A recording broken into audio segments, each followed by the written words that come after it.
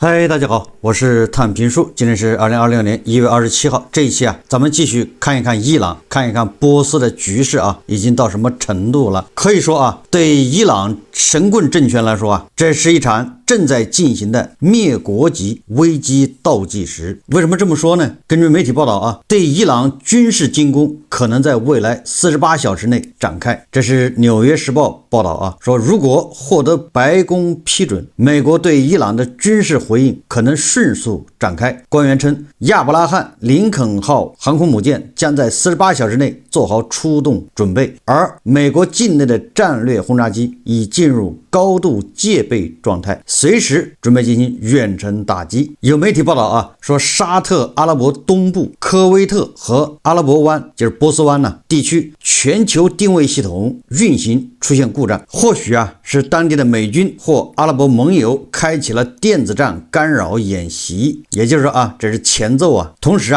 这个英国在紧张局势升级和美国增兵背景下，已向卡塔尔部署4架皇家空军的台风战斗机，这些战斗机配备欧洲导弹集团的流星空对空导弹，还有什么蔡特宁目标指示吊舱，展现出针对伊朗的高度战备状态。虽然特朗普本人说美伊局势仍在变化中，特朗普说伊朗有意达成协议。美国总统特朗普周一就美伊关系最新动向表示，当前局势仍在变化之中。他指出，尽管美国已在中东地区大规模加强军事部署，但伊朗方面确实有意达成协议，外交解决途径尚未关闭。特朗普在接受美国媒体采访时表示伊朗方面多次主动与华盛顿接触，释放出重返谈判的信号。他们想达成协议，我很清楚这一点，他们打过很多次电话想要谈判。特朗普称尽管局势高度敏感，但外交手段仍然是选项之一。不过特朗普拒绝透露国家安全团队向其提交了哪些具体的方案，也就到底下一步怎么办，都有哪些可选项，特朗普闭口不谈，也未说明自己更倾向于哪种路径，仅表示相关决策仍在评估中。特朗普的这种战略模糊实际上增加了伊朗的神棍政权的这种紧张局势。这个恐怕大家都清楚神棍政权嘴上说的是一套，对外宣传，对伊朗国内的宣传是一套，但是在背后对吧，那给美国给特朗普毫不犹豫非常丝滑的跪下了。打人不打脸，大哥要面子，神棍要面子。但是大家也知道特朗普的这种表态意味不了什么，更像是对伊朗挨揍之前的一种安抚和心理建设，甚至是拖延。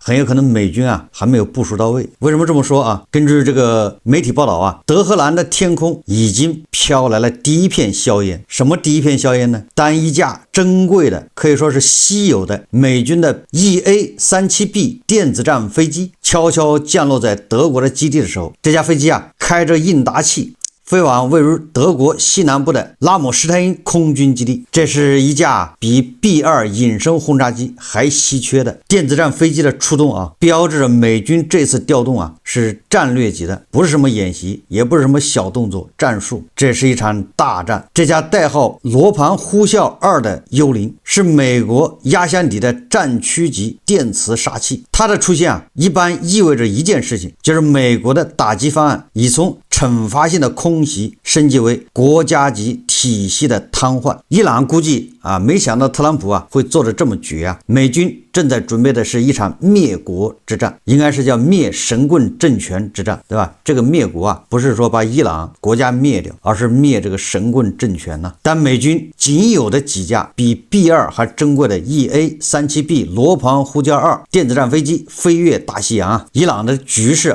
似乎已经注定了难以收场因为这架这个电子战飞机的出现，代表的不是君子动口不动手的威慑巡航，也不是外交辞令下的极限施压。这种电子战飞机是由湾流 G550 改装，美国目前现役的数量是个位数，也就是2个指头2只手都能数得清，可以说是美军空军这种压箱底的宝贝。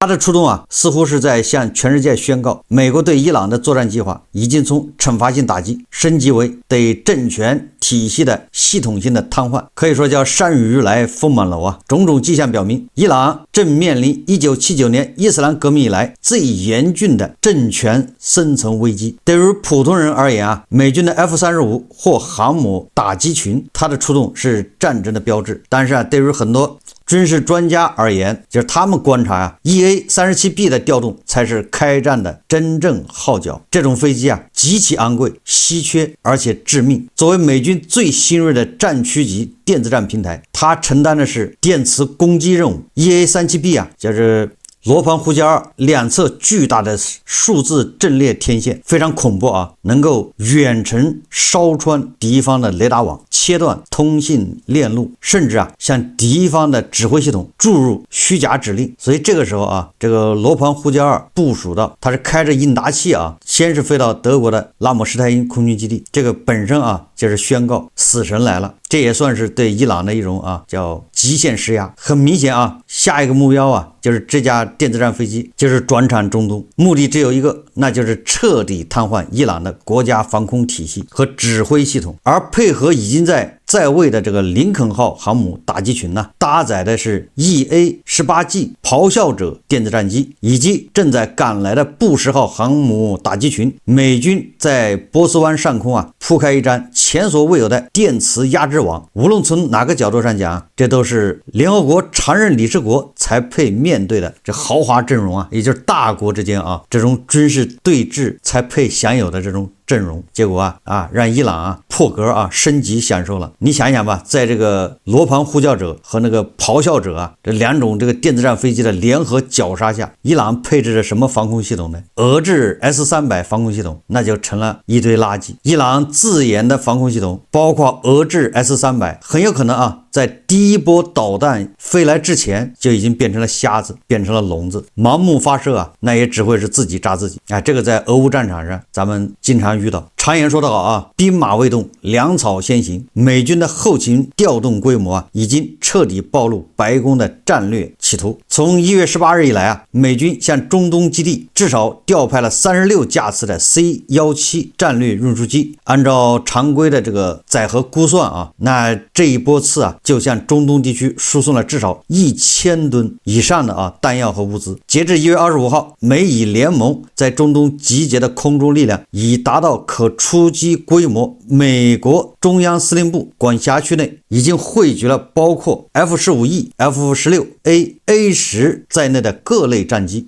加上林肯号航母的这个舰载机联队，以及英国皇家空军紧急部署的台风战斗机，再配合上以色列空军庞大的 F-35、F-15和 F-16机队，也就是说能够伊朗享受的这个战机就接近500架。与此同时海上力量同样完成了合围，2艘核潜艇、9艘伯克级驱逐舰潜伏在波斯湾与红海的深处，超过1000个垂直发射单元的这个战斧导弹已经装填完毕。一旦开火这个上千枚战斧巡航导弹就砸向伊朗的各处，就像暴雨倾泻到德黑兰。另外美军出动的空中加油机，也就是它集结的规模达到了57架。57架什么概念呢？也就是总供油能力达到了2400吨，也就是够维持多少架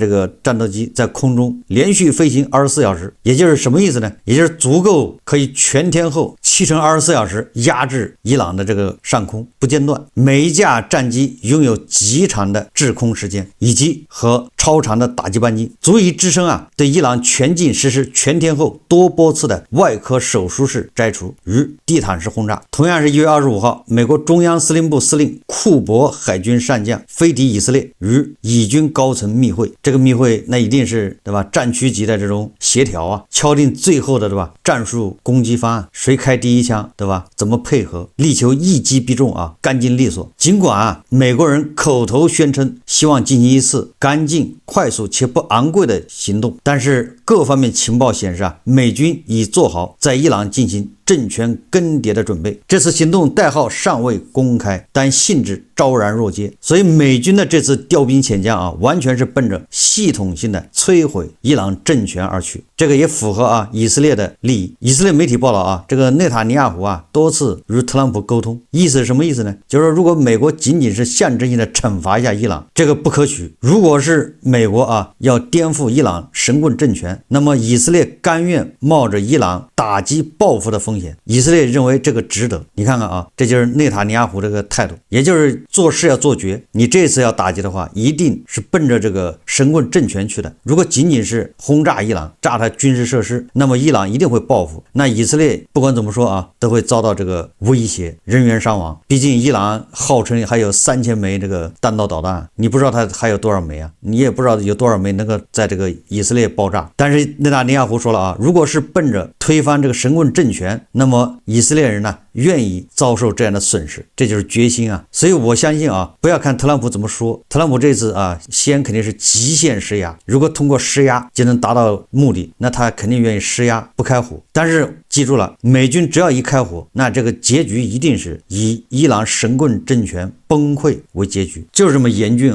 那么伊朗这边呢，那继续一方面对吧，私下派人去美国求和下跪求饶，一方面继续表演他反美抗美的这种人设，不惧美国人。伊朗国家安全委员会主席放话这个口号越来越响说但愿美军士兵已与家人诀别，若美国依仗其疯狂总统错误判断迈出险棋，但愿驻该地区的美军士兵早已同家人告别，也举行了告别仪式了你就来吧。伊朗国家安全与外交政策委员会称，波斯湾可能在未来24小时内爆发冲突。1月26号，伊朗外交部发言人巴加埃就地区局势，特别是美以军事威胁等议题举行新闻发布会。巴加埃强调伊朗比以往更有能力，将对任何侵略行径予以强硬回击。他强调，美国海军舰船的到来不会影响伊朗保卫国家和人民的决心。伊朗军队正在密切关注事态发展，并时刻提升自己的能力。说到这个新闻发言人我又想起了几十年前伊拉克的那个新闻发言人，名字好像叫哈沙夫还叫什么我忘了我当时这个记得那个镜头就是这个伊拉克的这个是外交部长还是新闻发言人呢？面对着那个美西方媒体的记者的面，说这个美军已经遭到了痛击，迎头痛击。实际上当时美军的坦克离他还有半个小时的车程，正在高速上急速的开往巴格达。也就什么意思呢？即便美军已经快到巴格达了，这个新闻发言人还是脸不红这个心不跳的在那儿侃侃而谈。这就是一个新闻发言人的叫专业素质。同时伊朗称已经在波斯湾沿岸部署岸基反舰导弹，海军部队进入全面战备状态，就是各种秀肌肉不光秀肌肉根据凤凰卫视报道说伊朗街头挂起巨幅反美壁画。这反美壁画都是些什么内容呢？就是描绘被伊朗导弹击中的美军的航母，各种惨状随着美军向伊朗周边持续集结兵力，两国紧张态势不断升级。伊朗日前在首都德黑兰市中心革命广场公开揭幕一幅全新巨幅壁画，画面中伊朗导弹击中美国航空母舰，甲板上多架战机损毁严重。记者26日在革命广场看到这幅刚刚粘贴的壁画，吸引了众多民众驻足观看。该广场历来是伊朗传达重要政治信息的场所，壁画上方醒目书写着中风者将得到风暴的标语，也按照咱们的话叫种瓜得瓜，种豆得豆，求锤得锤，被普遍解读为伊朗对美国军事威胁的强硬书面警告。就我现在有点搞不懂你警告美国你在伊朗的什么革命广场画这个巨幅的画有什么用呢？你要是警告美国，你对吧？你在美国那个什么纽约是吧？时代广场，他那个都是你给钱就能登对吧？伊朗革命卫队对吧？这个哈梅内伊在美国都有财产，花点钱在美国时代广场那个巨幅那个电子屏那儿刊登这样的广告才起作用你吓唬美国人呢？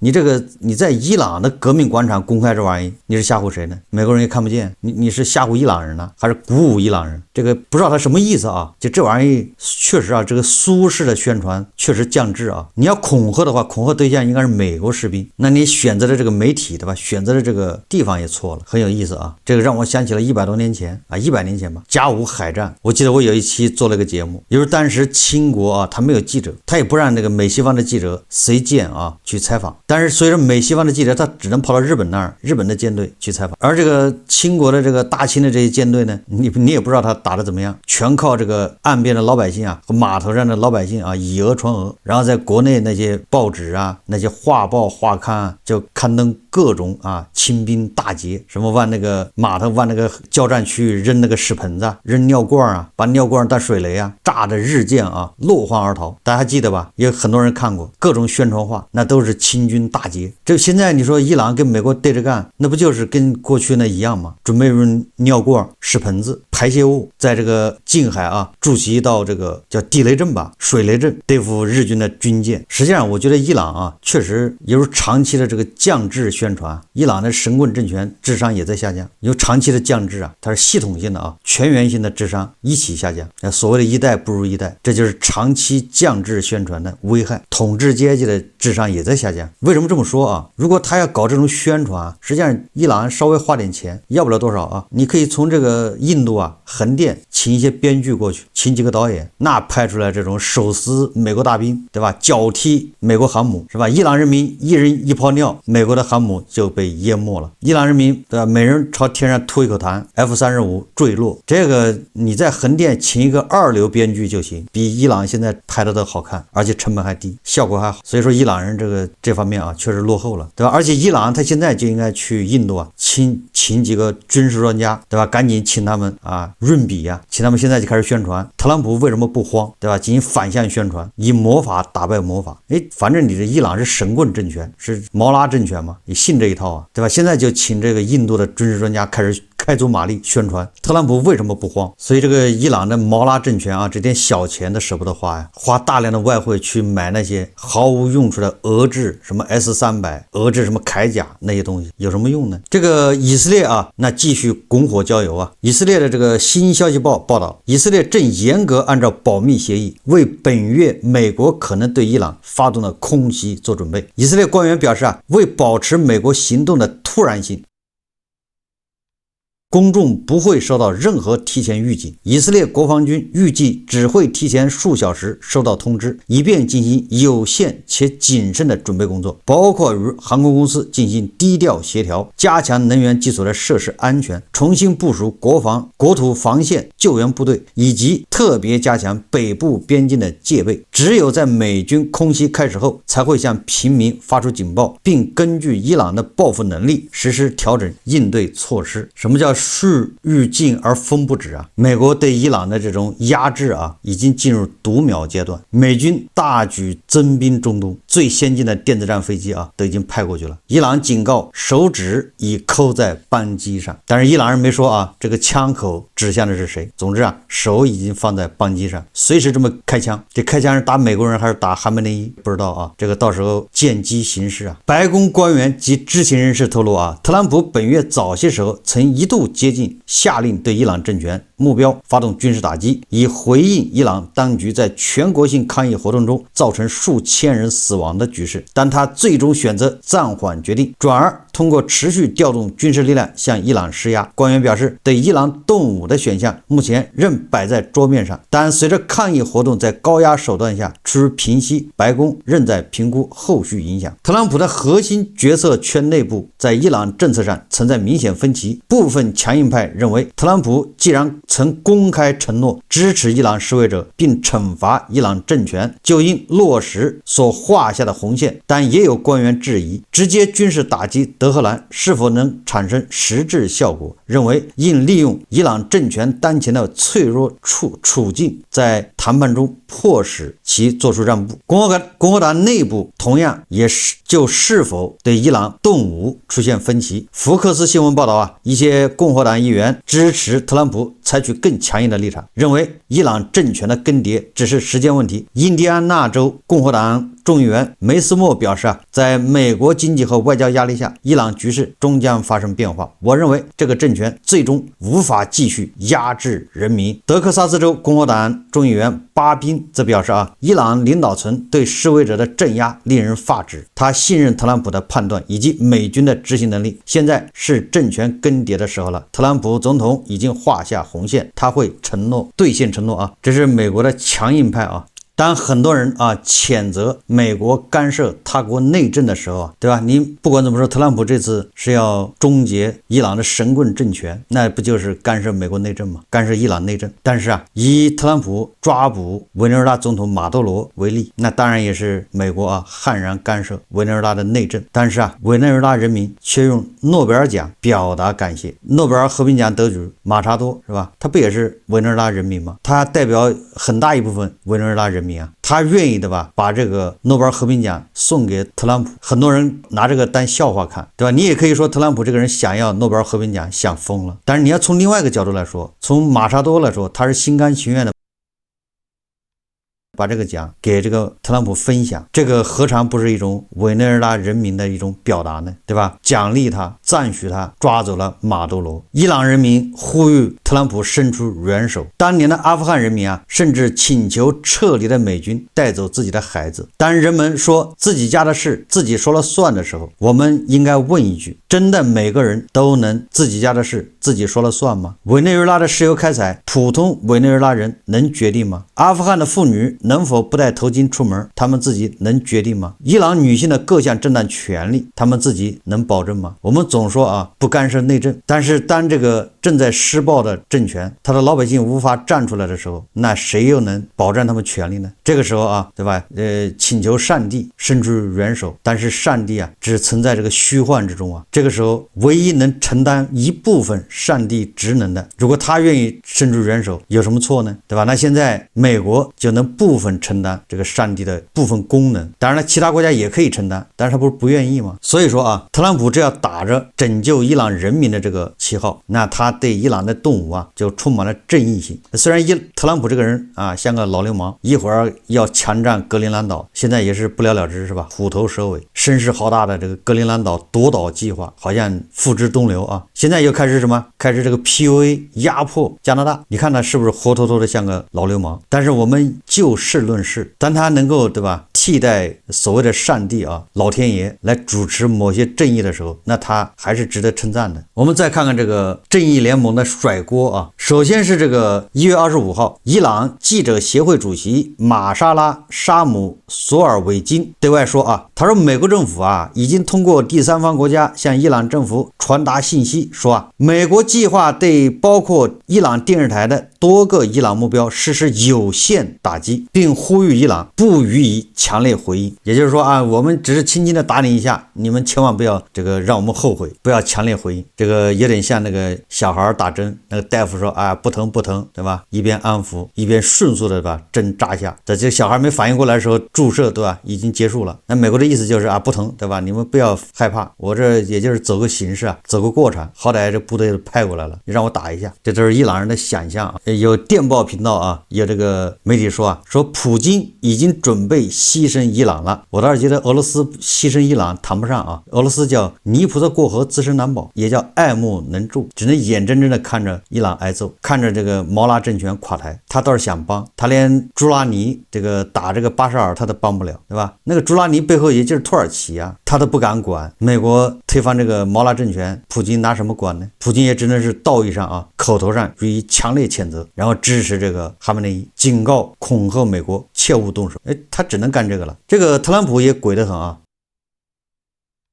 他不派地面部队，人家就靠空军，靠下面靠什么呢？靠摩萨德，靠中情局，天上靠飞机，海中靠航母、核潜艇。这样的话俄罗斯即便对吧想帮也帮不上忙，只能是添乱。也就是说，美国现在采取的是一种科技战，俄罗斯怎么帮忙呢？他也不是这个叫人肉消耗，不是地面战。但是俄罗斯他会甩锅所以他矛头一转，把老二给推出来了。正义联盟的老二被他拿来挡枪，你说这叫什么事？据俄罗斯卫星社报道你看这个坏不坏啊？这俄罗斯的卫星通讯社报道说，印度设备帮助伊朗平定了这次骚乱。联合国新闻说这个伊朗示威期间有 1.65 万人丧生，死亡人数仍在上升。彭博社早些时候援引知情消息人士话报道称，美国企业家埃隆·马斯克的公司在伊朗多日断网的背景下，对伊朗免费开放了星链卫星通讯服务。好，这是俄罗斯军事专家弗拉基米尔·叶夫谢耶夫在今日俄罗斯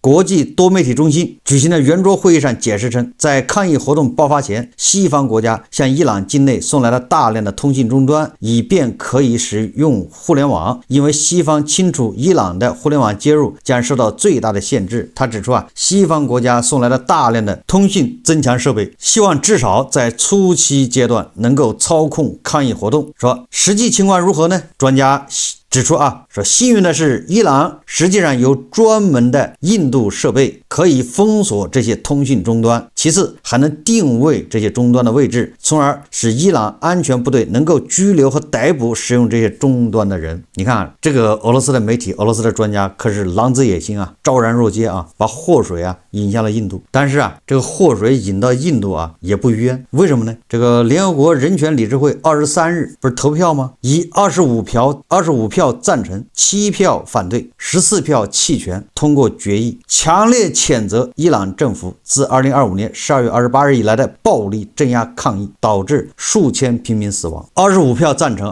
7票反对。那反对的是哪些国家呢？投反对票的包括古巴、印度、巴基斯坦、印尼、伊拉克和越南。你看没有俄罗斯俄罗斯可没有投反对票，对吧？印度投了反对票，所以印度吃瓜唠也不冤呐。所以这个俄罗斯一看，这二弟在后面蹦跶的欢，那让他站到前面来吧，反正我这也扛不住了。正义联盟的老大这个形同虚设，对吧？队伍也不好带了，把老二推出来吧，对吧？就说是他坏的事，对吧？跟你美国人作对。还有什么？不有这个很多博主说这个印度派了什么运输机，对吧？运了什么防空武器，20架飞机的20飞机的防空武器到了伊朗。你说这不就是自己把脑袋往门里伸吗？这是故意的。当然了，还有这个很多黄俄正能量我看他们就是恨伊朗，叫恨铁不成钢觉得伊朗软骨头。他们建议伊朗要先发制人。怎么先发制人呢？就趁现在美军还没有立足，以色列还没准备好，先把它3000发这个弹道导弹先给以色列，还有这个美军在中东的这些基地给他发过去，叫先发制人，对吧？在这些这个黄俄的脑海里只要摁一下某一个按钮，地球就可以毁灭，都是这叫弹指一挥间灰飞烟灭看来看去正义联盟大势已去好，这期节目咱们就聊到这里，感谢大家收看。如果喜欢我的节目，欢迎订阅转发，也可以在下方留言评论，谢谢大家。